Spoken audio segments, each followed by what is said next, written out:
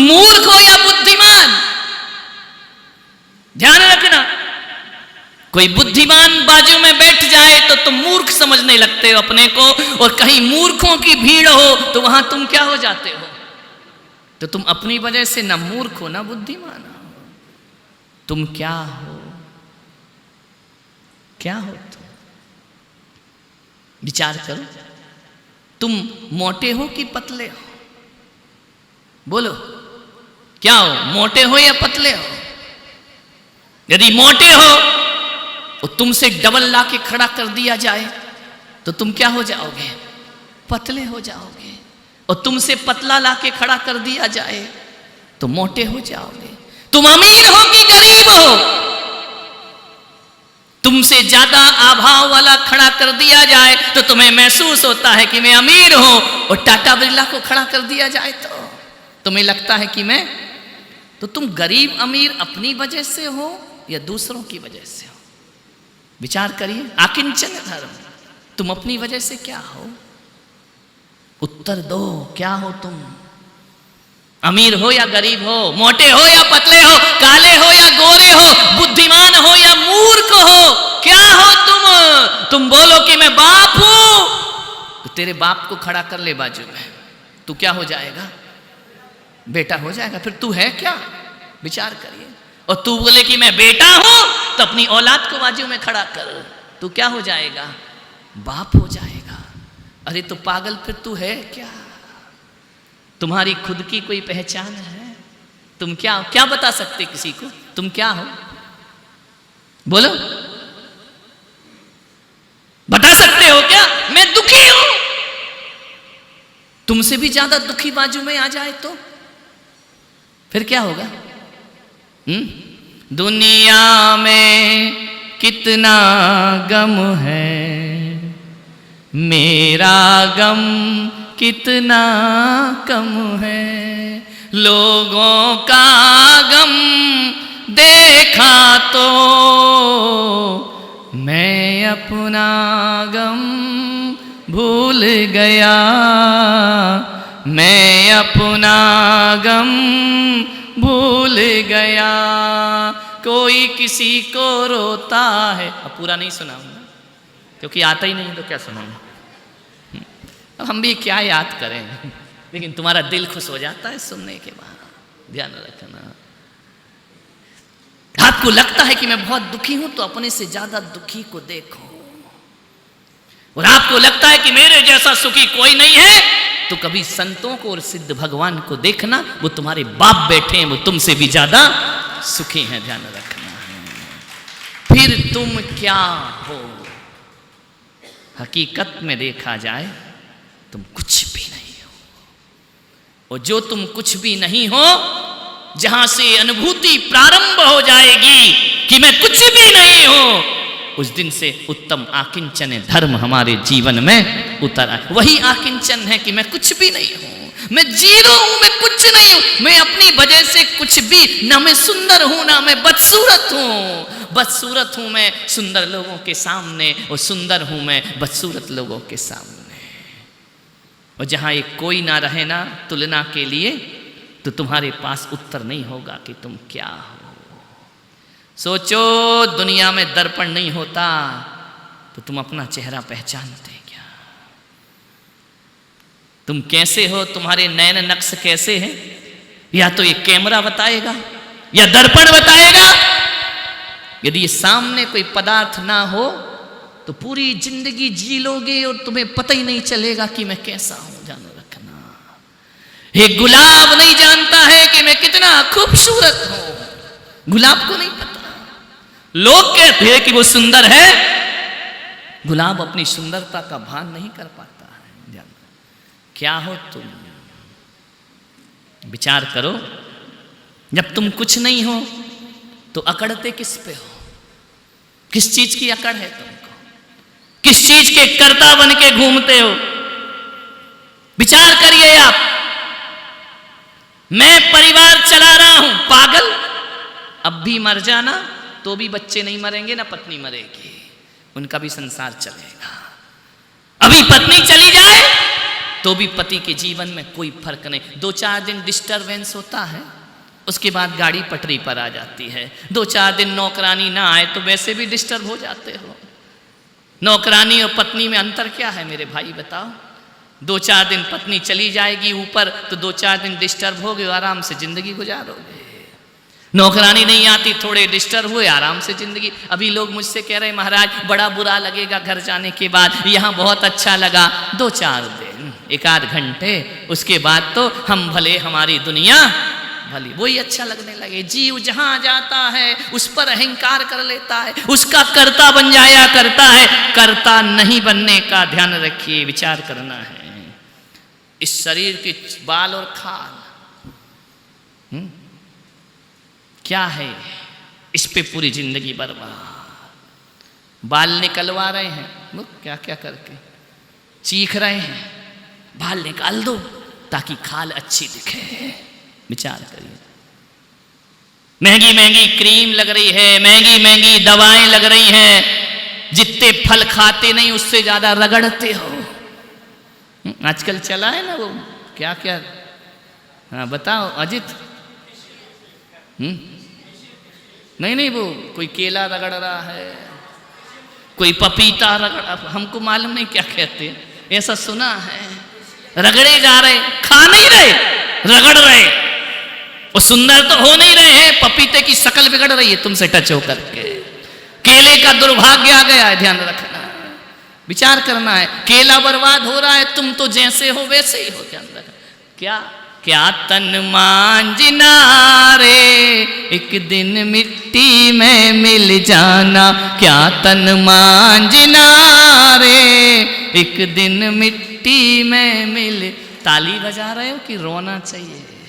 बड़े खुश हो रहे, क्या तन मान, बड़े आनंदित होते। ये रोने के समय है तो खुश हो रहे हो, हैं? बड़े खुश हो जाते हो। पढ़ते ना आदिनाथ भगवान की पूजा, मैं ऊंटे बलद भैंसा भयो, ताली बजा रहे, ये नाचने की चीज है। पढ़ते ना, जयमाला पढ़ो आदिनाथ भगवान की, उसमें लिखा ना, मैं ऊंट बलद भैंसा भयो, जापे भारो लाद भार अपार जी, मरी दीन तनी सुन। विनती भी कह रहे हो और कह रहे कि भगवान मैं ऊंट बलद भैंसा भयो, और फिर कह रहे अच्छे से बजा, मजा आ रहा है, ऊंट बलद भैंसा भयो, बड़ा खुश हो रहा है। अरे तुझे तो घबराहट होना चाहिए, ये पूजाएं हैं तुम्हारी।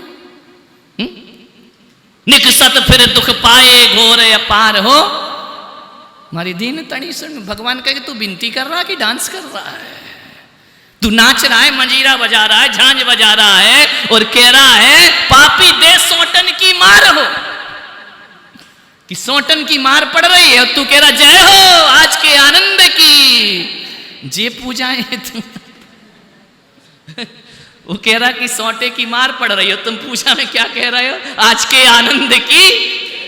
भगवान कहेगा तथास्तु, और ये आनंद लूटो, जाओ, ये संसार पड़ा हुआ है।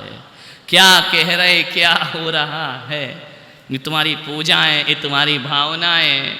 तुम्हें ये भी नहीं मालूम कि शब्द तो दुख के हैं और व्यक्त तुम खुशी कर रहे हो। आज का आनंद, मजा आ गया पूजा में। क्यों मजा आ गया? अरे बोले पापी ने इतना सोटों की मार दी, आज के आनंद की जय। ध्यान रखना, ये रटी रटाई पूजाएं, विचार करें क्या है संसार, क्या करते हैं हम इस संसार में। मरघट, दो चीज होती है ना, एक बस्ती और एक मरघट। बस्ती किसे कहते हैं? बस्ती, अच्छा हुआ कि हमारे जिन शरणम के आसपास बस्ती नहीं है। बस्ती तो लगे हुए घरों को कहते, यहाँ तो है ही नहीं। एक खेत में एक आदिवासी का झोपड़ा है और कुछ नहीं है, कोई बस्ती नहीं, उजड़ा उजड़ा हुआ है। बस्ती किसे कहते? जहाँ पे लोग बसते। और मरघट किसे कहते हैं? जहाँ पे प्राण घटते। ध्यान रखना। एक बात बताओ, प्राण बस्ती में घटते हैं या मरघट में घटते हैं? तो जहां प्राण रोज घट रहे हैं उनको तुम बस्ती कह रहे हो, और जहां जाके फिर लौट के नहीं आते उसको मरघट कह रहे हो। हकीकत देखा जाए तो शमशान असली बस्ती है, और यहाँ तो रोज दुनिया उजड़ती है जिसे तुम बस्ती कहते हो। यहाँ तो रोज लाशें उठ रही हैं, यहाँ तो रोज प्राण घट रहे हैं। हकीकत में देखा जाए तो शमशान बस्ती है और मकान तुम्हारा मरघट है। एक आदमी आया, बोले नया मकान बना है महाराज, नाम रख दो। मैं इनका बड़ा परेशान हूं यार, हमको तो महावीर स्वामी ने कहा था कि जिसको दीक्षा दो उसका नाम रखना। अब तो लोग कुत्ते का भी नाम से हमसे ही रखवाते हैं। कुत्ता लिया है इसका नाम रख दो। इनका कमाल है। बच्चा हुआ है इसका नाम रख दो। अरे बच्चे का भी ठीक है, नामकरण कर दो। काय का? मकान का। मैंने कहा तू नहीं रख पाएगा। बोले नहीं मैं रखूंगा, जो आप कहेंगे वो। मैंने कहा बहुत मुश्किल है, मैं जरा उल्टी खोपड़ी का संत हूं, ध्यान रखना, बहुत मुश्किल हो जाएगी। अरे बोले आप जो बोलो रख दूंगा। मैंने कहा लिख दे मरघट। बोले महाराज कैसा अशुभ बोल रहे हो, हम तो मुहूर्त करने जा रहे हैं। एससी जैन ने मुहूर्त दिया, भोजन में चले गए वो तो मुहूर्त पकड़ा गए तुमको 2 बजे से 4 बजे तक। विचार किया। बोले हम मुहूर्त कर रहे, हम पूजा कर रहे, आप अमंगल बोल रहे हो। अरे मैंने कहा अमंगल थोड़ी है, बोल तेरे प्राण इस घर में घटेंगे या शमशान में जाके घटेंगे। बोले प्राण तो यहीं घटेंगे। तो मैंने कहा लिख दे मरघट। ध्यान रखना, जहां प्रतिपल मर रहा है वो मरघट होता है, ध्यान रखे। और जहां जाके बस जाओ उसका नाम बस्ती होता है। एक फकीर था, शमशान में बैठ कर के ध्यान कर रहा था। एक चोर आया, उसने फकीर की देखा कि आज सुबह से तो कुछ मिला ही नहीं है। और जब आदमी को कुछ नहीं मिलता तो बोले डूबते को तिनके का सहारा है बाबा, कोई लूट लो। इसलिए महावीर स्वामी ने हमारे तन पे कुछ नहीं छोड़ा। बेटा चोर लुटेरे आएंगे तो लेके क्या जाएंगे, तेरे पास है क्या? और तुझे उठा के ले गए तो शाम तक लौट आएंगे, क्योंकि वो तो खिला भी नहीं सकते तुझे, वो तो नवदा भक्ति भी नहीं जानेंगे, वो तो कुछ नहीं करेंगे। तुझे ले जाके करेंगे क्या? बेचारे ये लौटा के जाएगा। चोर आया, उसने देखा फकीर बैठा है। फकीर ने चादर खींची और भाग गया लेकर के। चादर खींचकर भागा पूरब की तरफ, और फकीर चादर लेने के लिए भागा पश्चिम की तरफ। लोगों ने कहा कि क्या हुआ बाबा जी? बोले मेरी चादर चोर ले गया। तो बोले तू कहां जा रहा है? बोले मैं इधर ढूंढ रहा हूं। बोले तेरा दिमाग खराब है क्या? चादर वहां गई है, तू ढूंढ यहां रहा है। अरे बोले मैं सही ढूंढ रहा हूं, दिमाग तो तुम्हारे खराब है। बोले मतलब क्या है? बोले इधर मत जा। बोले इधर गया है चोर, हमने देखा है। तो बोले गया होगा, लेकिन मैं इधर ही खोजूंगा। बोले मतलब क्या है? बोले इसलिए इधर खोजूंगा तो चोर को नहीं पकड़ पाऊंगा, उधर बस्ती है और इधर शमशान है। मैं यहाँ जाकर बैठ जाऊंगा शमशान में। नालायक जब भी आएगा चादर ओढ़ कर आएगा, मुझे ढूंढने की क्या जरूरत है? वो खुद मुझे ढूंढता हुआ, वो बिना ओढ़े थोड़ी आएगा। जब बिना ओढ़े आएगा ही नहीं तो मैं काहे को मेहनत कर रहा हूं उसे ढूंढने में? अभी तो ले गया है ना, और 2, 4, 6 महीने बाद मेरी चादर लौटाने आएगा। ध्यान रखना है, विचार करिए, सोचिए। आकिंचन धर्म जाय विधि राखे राम, ताहि विधि रखिए। जय श्री राम, जय श्री राम, जय श्री राम कहिए। ध्यान रखना, विचार करना, प्रभु के भरोसे छोड़ दो, करता मत बन।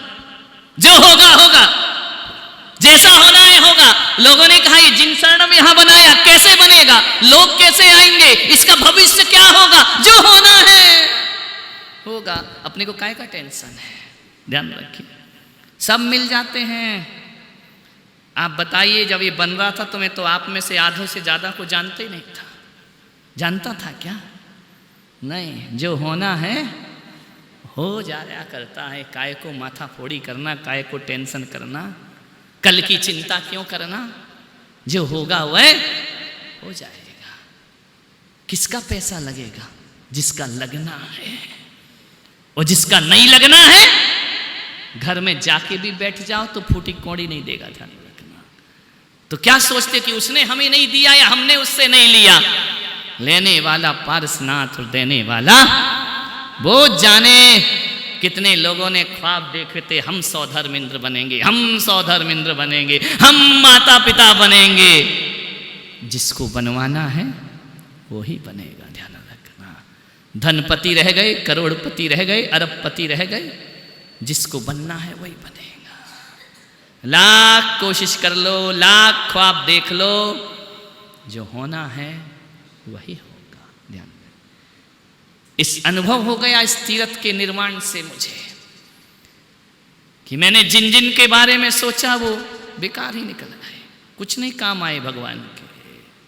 वो काम आ गए जिनके बारे में कभी, और हकीकत में बताऊं, जो लोग ये सोच के देंगे कि मैंने किया है, भगवान उसको लौटाना बहुत अच्छे से जानते हैं, ध्यान रखना। परमात्मा समर्पण लेता है, अहंकार नहीं लिया करता है, ध्यान रखना। वो कहीं ना कहीं से तुम्हें लौटा देगा। 108 को नहीं दोगे तो 108 में जाओगे, समझ गए क्या? कुछ लोगों को समझ में नहीं आ रहा है। 108 को नहीं दोगे तो 108 में सायरन बजते हुए जाएगा, ध्यान रखना। डॉक्टर ले लेगा, ध्यान रखना। इधर दे दो, 108 को दे दिया तो 1008 बन जाएगा, ध्यान रखना। और 108 से छिपाया तो 108 ले जाएगा, ध्यान रखना। विचार करना है, आप सोचना है, जिंदगी को समझे। लोगों ने कहा महाराज तुमने तीर्थ, मैंने क्या बनाया? हकीकत में जब मैं सोचता हूं, अकेले में बैठता हूं, मैंने क्या किया? पैसा धनपतियों का, जमीन प्रकृति की, पानी प्रकृति का, ईंट पत्थर प्रकृति के, इंजीनियर मैं हूं नहीं, आर्किटेक्ट वो भी मैं नहीं हूं, ठेकेदार कोई ठेका नहीं है मेरा, ध्यान रखना। लेबर वो भी मैं नहीं हूं। मैं क्या हूं? मैंने क्या किया है? दिमाग मुझे बनाना नहीं आता, कमियां निकालना आता है। कमियां तो कोई भी निकाल लेता है, बना के बताओ, ध्यान रखना। मैं ये कह सकता हूं ये हाल अच्छा नहीं बना, ये कमरा अच्छा नहीं बना, ये दीवार अच्छी नहीं बनी, और कोई मुझसे कह दे बना दो, तो आता है क्या? कुछ नहीं आता, ध्यान रखना। फिर मेरा क्या है इसमें? मैंने कुछ नहीं किया, ध्यान रखना। कुछ ईंट पत्थरों को, कुछ बिखरे हुए सामानों को, कुछ बिखरे हुए श्रावकों को मैंने केवल एकत्रित किया है, और उनको एकत्रित करने से जिन शरणम तीर्थ का सृजन हो जाया करता है। मैंने केवल जोड़ा है पत्थरों को, इंसानों को, श्रावक को, श्राविकाओं को, दानियों को, भक्तों को, श्रद्धालुओं को जोड़ने के अलावा, और जोड़ा भी कोई फेविकॉल से नहीं है। कई तो ऐसे हैं कि फेविक्विक से जुड़ते हैं, 2 मिनट में टूट जाते हैं, ध्यान रखना।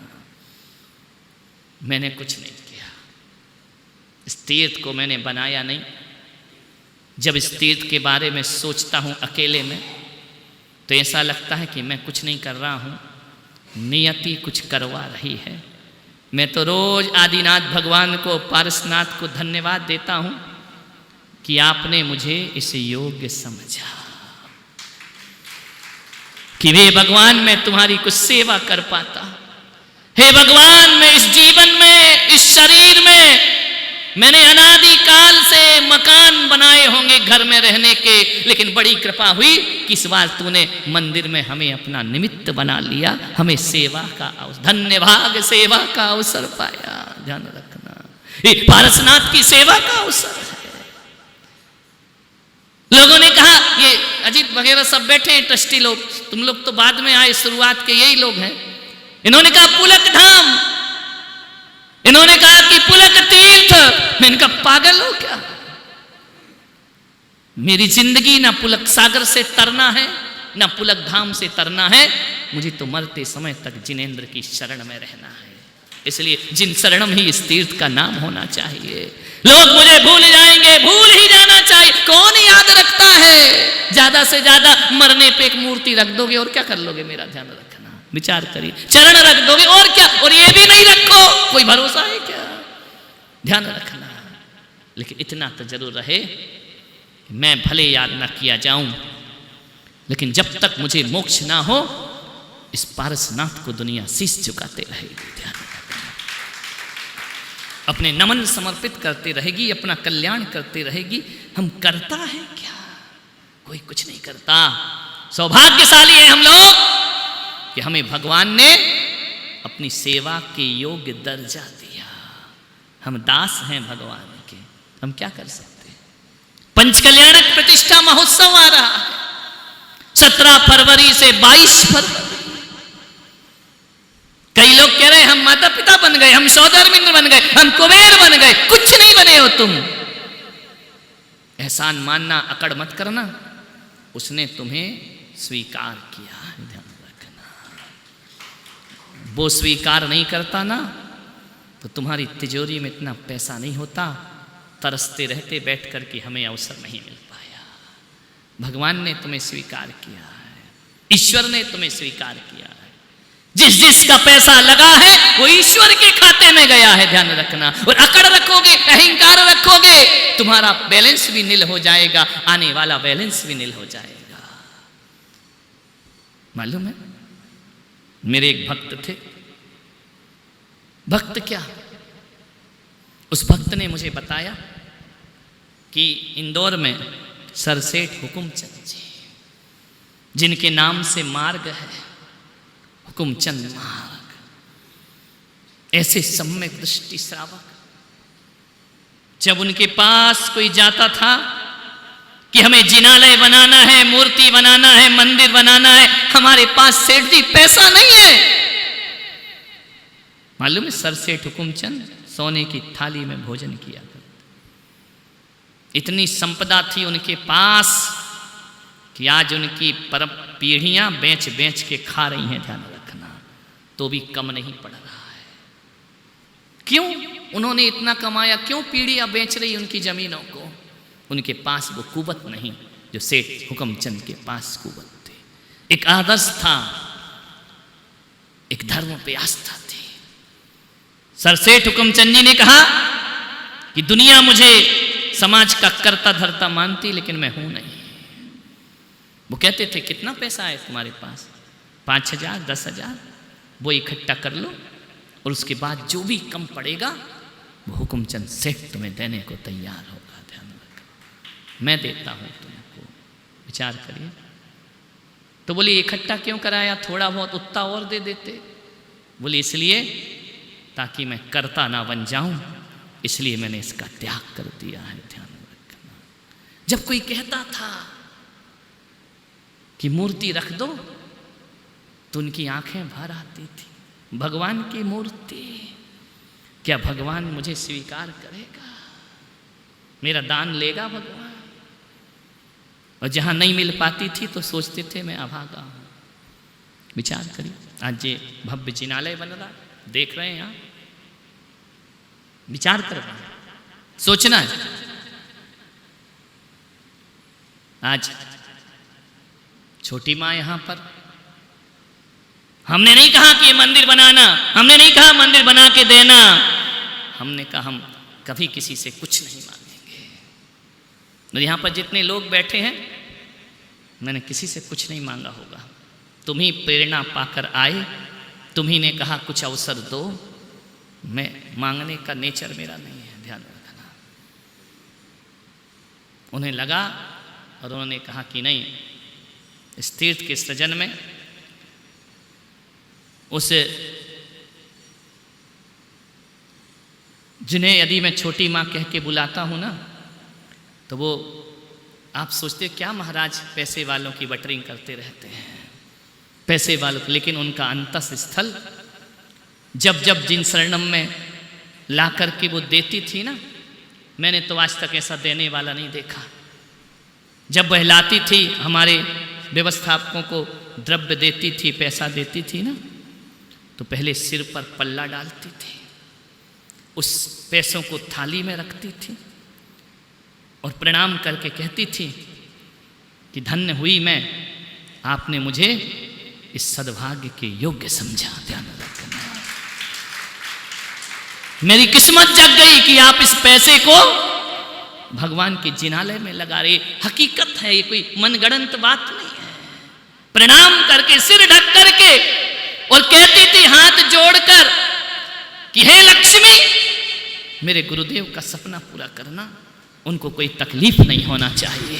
साहेब जी का सपना पूरा करना, इतना सुंदर बनाना, जो भी मैं दे रही हूं उनके जीवन में उनकी खुशियां लौटाना, उनके पारसनाथ के आराध्य का भव्य जिनालय बनाना।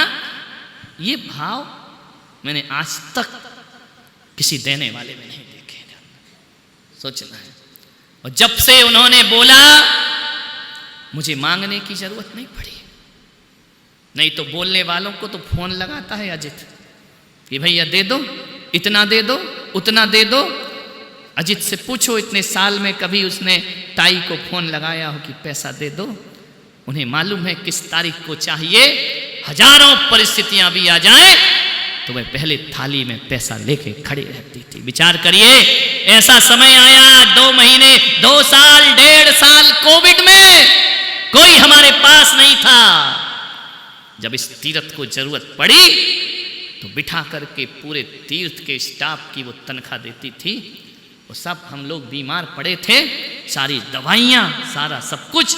उन्हें कहा कि साहिब जी चिंता मत करना, मैं हूँ और मेरे पास है, लेकिन मैं खुश इसलिए नहीं हूँ कि मेरे पास है, मैं इसलिए खुश हूँ कि आपकी सेवा में उपयोग हो रहा है।